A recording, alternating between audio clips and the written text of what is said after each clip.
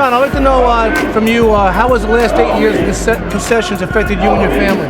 It's been really hard. I had to work. I'm working more hours now than I ever had to work, and spend a lot less time with the family. And my wife went from a part-time job to full-time to trying to put our kids through schools, and the taxes have gone through the roof. And it's really hard trying to make a living, and it's been really, really tough.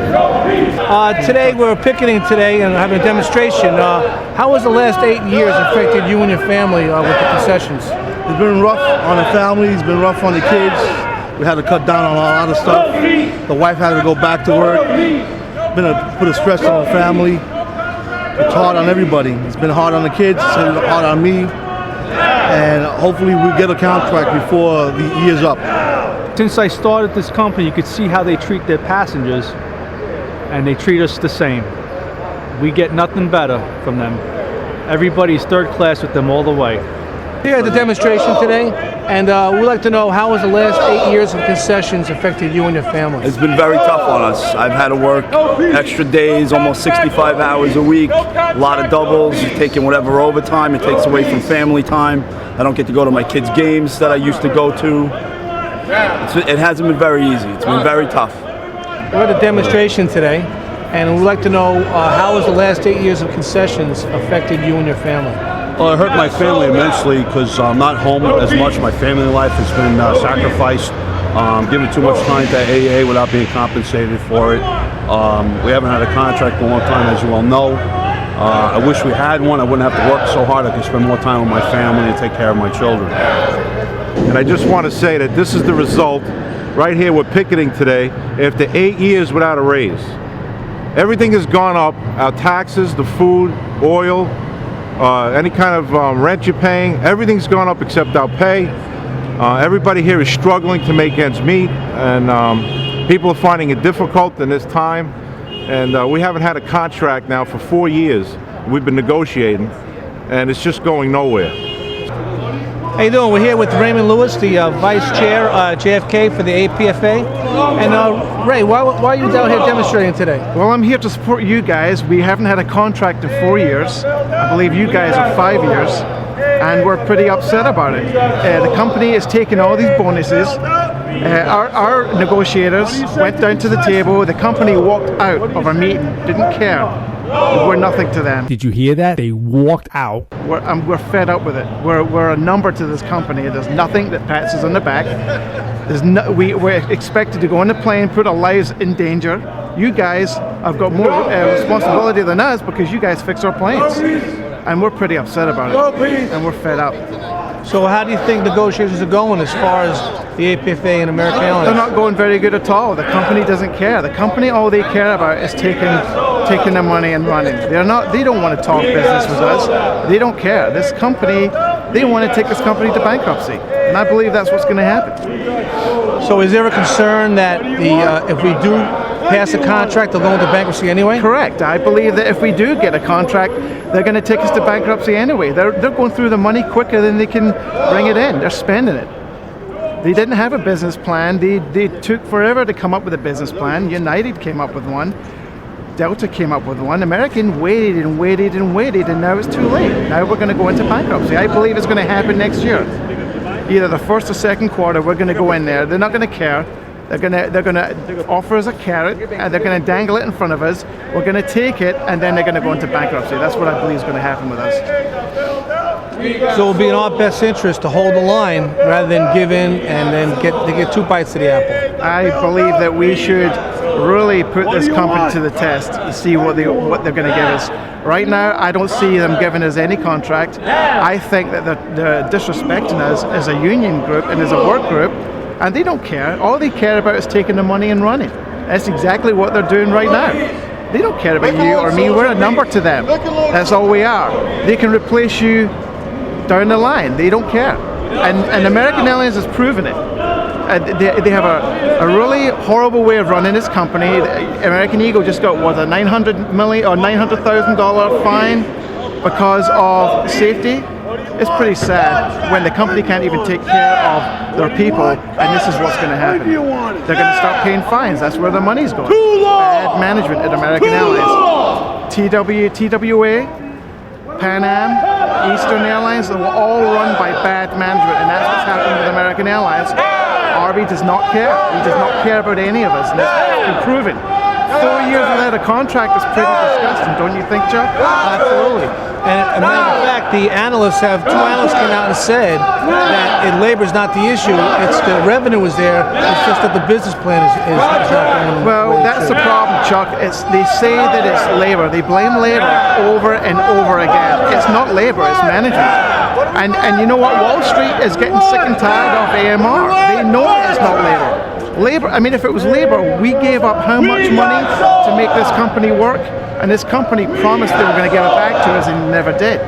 I mean, this is the thanks we get. We don't have a contract for 4 years. It's pretty pathetic when you think about it. And they want us to go on the plane, and they want us to make these passengers happy, and they want us to be safety concerned. They want you guys to do your job, but they don't want us to pay for it. They don't want to pay for it. They expect their passengers to pay for their tickets to come on a plane. They should pay their employees. Trust me, if they pay their employees, they'll get a good product back. But right now, they're not paying their employees, and they're disrespecting every union, every worker in this company. So how do you think, with the company disrespecting their employees, what do you think that the loss of revenue is happening due to the fact of lack of respect and poor morale? Well, the loss of revenue is not your fault. It's not my fault. The loss of revenue is the company's fault. It's Arby's fault. And guess who suffers because of it? Not only the workers suffer, but the paying passengers. They suffer. And I can tell you right now, the passengers are sympathetic towards us, because we've had passengers on our planes supporting us and telling us that. There's very few passengers who say anything negative. So the passengers are on our side, and they believe in our cause. Think about it. How much did you take as a concession, Chuck? What was your concession? We figured out about over $100,000 plus. See, and you know what? We have saved this company millions and millions of dollars. Not to mention not getting a contract. We're saving them even more money, and they're running all the way to the bank with their pockets full. And it's pretty disgusting. To me, that's theft. And the company has a nerve to say that it's labor when they're running away and they're sitting in their fancy houses and their fancy cars. And Arby's got his own plane. I wonder if he feels guilty when he's flying that thing when we're all struggling to pay our bills. It's pretty disgusting, Chuck. I'm pretty disgusted with the whole company. And I'm pretty sad. 13 years of service. My wife is 23 years of service. She went through the first strike, and I'm ready to do it again. I'm ready to work. Well, it seems like it's going to be heading that way by the company and their stall practices. Now, going forward, how would you like to see the unions going forward get together? I think that all the unions should get together. We all should stand together, and we should really show this company and have them shaking in their feet. I really think that this company knows. They're probably watching this right now. I wouldn't be surprised. But if we could get APFA, APA, TWU all together, do a massive protest, I really think we'd have the company shaking in the boots. And hopefully that would get us a contract. But how do you go after the greed? Every company's doing it now, but American Airlines is the worst company out there for greed. They're a bunch of hypocrites, is what they are. Well, I think by coming here today, I think you've demonstrated the ability and the want to get together, and we want to thank you for coming, and I think we're on to something. My name is Bill Gatsiaris. I have 30 years with this company here, American Airlines. I started here in 1977, and I never seen anything like that the company is not distributing the money evenly to their employees, and they don't realize that cost of living is going up, and a lot of those guys we are professionals. We are professional mechanics. We went to school for it to get an AP license, to get certified. Some of us got 4-year college degrees, and I never seen anything like that. They treat us like we don't deserve anything. So what is the frustration level right now with yourself and amongst your members here? It's very high. Guys are tired from the increased hours, and they find themselves short of fused, and it's not a good thing. Jessica, JFK chairperson for the APFA, and we're out here today to show our support, our solidarity. We stand with you, and we all want to get a contract. I want you to know that in 2003, for the aircraft maintenance department at American Airlines, we all banded together and saved American Airlines from bankruptcy. We gave a heavy concession package, gave back wages, benefits, insurance, overtime, sick time. We gave it all up to keep our company out of bankruptcy and in control of our CEOs. Unfortunately, our partners at AA have not returned the favor in 8 years. We're looking for a reasonably good contract to bring back our benefits, to bring back our pension, to bring back our sick time, our overtime. And I think we deserve it. We'd like to see our partners come to the table, the CEOs and the managers, to come to the table and do some fair bargaining with us after 8 years of keeping them out of bankruptcy. My name is Ari Charlamus. I'm an aircraft mechanic, and I'm also on the executive board for Local 562. And quite frankly, the abomination of not having a contract over the last 3 years has put a strain on everybody that I represent. I also do benefits, and you see how people are getting tighter on their benefits. They're actually not opting for benefits that they could have, which is really a discouraging thing to see because they don't have enough money to survive with their families. What we need is a true and a finite negotiation where the company is honest and the union is honest and everybody all gets together and has a good understanding of what everybody needs. We're not asking for anything exorbitant. We just want a fair and decent contract to get us through the next 5 years or to the end of our careers, whichever. But we would like to, we do like working here, and we do want to get to a point where we can be comfortable saying we're proud of working for American and proud to be TWU members. So I think we really need to carry this forward. Let me ask you this, Frank. Why did you vote no on the last contract proposal that we turned down in 2010? I voted no because back then I felt I couldn't afford to give back any more. And you know, everything has steadily increased in price. Everything from a gallon of gas to a loaf of bread. So let me ask you this, if the same proposal came back, or even a similar proposal of what we turned down in 2010, how would you vote now? I would even more have to vote no because things have gotten worse since then. You know, everything has increased even more, and you know, if the money wasn't enough then, it's definitely not enough now. Is it just the money, Frank, that you're concerned about with this contract? Well, it's partially the money, but a lot of work rules that would cost us long-term. Retirement, giving up our retiree medical and benefits that we need when we retire and need when we get older that wouldn't be there anymore for us. So the reason why you're out here today is because you're frustrated? I'm very frustrated, not having a contract for so many years, not getting a raise, and all the concessions we're giving back. It makes our life really tough, and you know, we got to get something done here. We need a contract, and you know, we just can't keep going on without a contract. Well, you're saying a contract, John, but what do you mean by a contract? You mean a contract? We've given up a lot of concessions, almost over $100,000 over the last 8 years, plus benefits.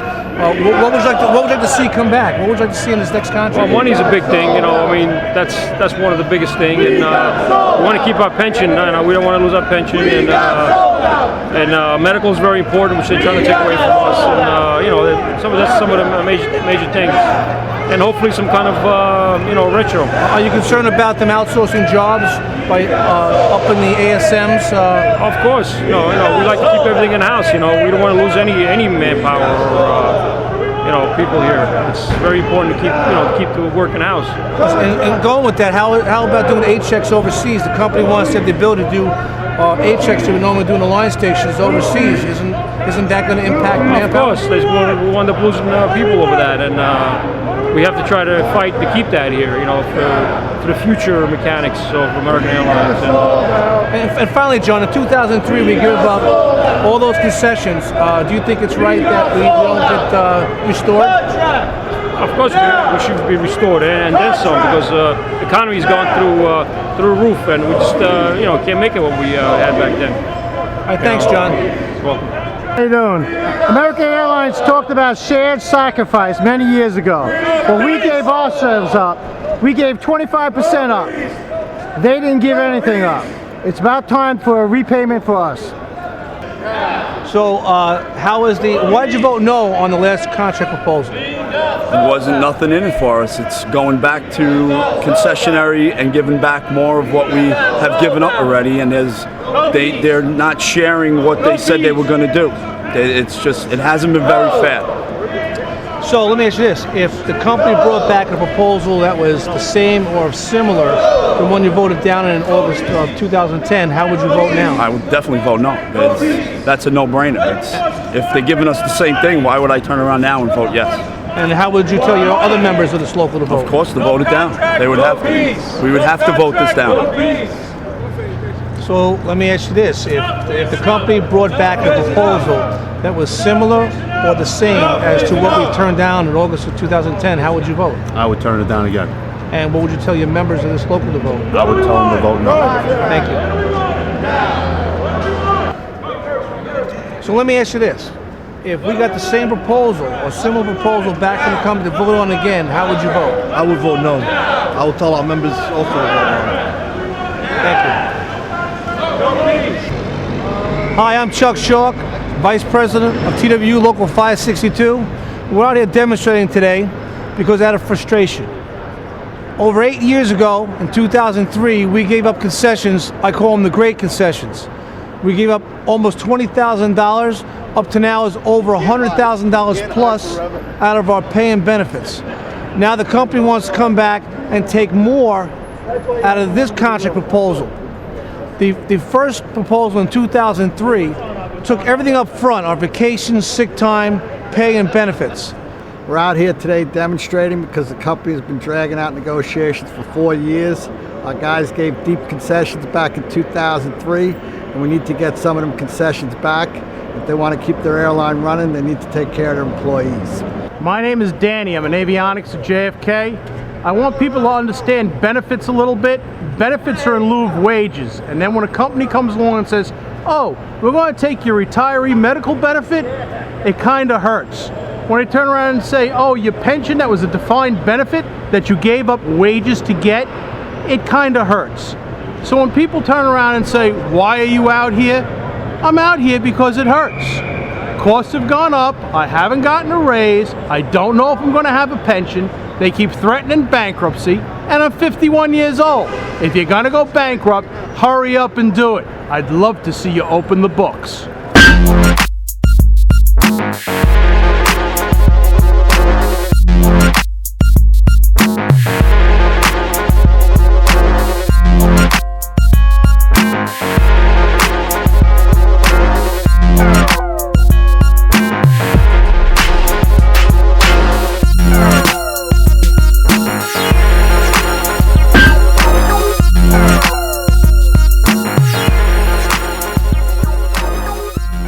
And cut.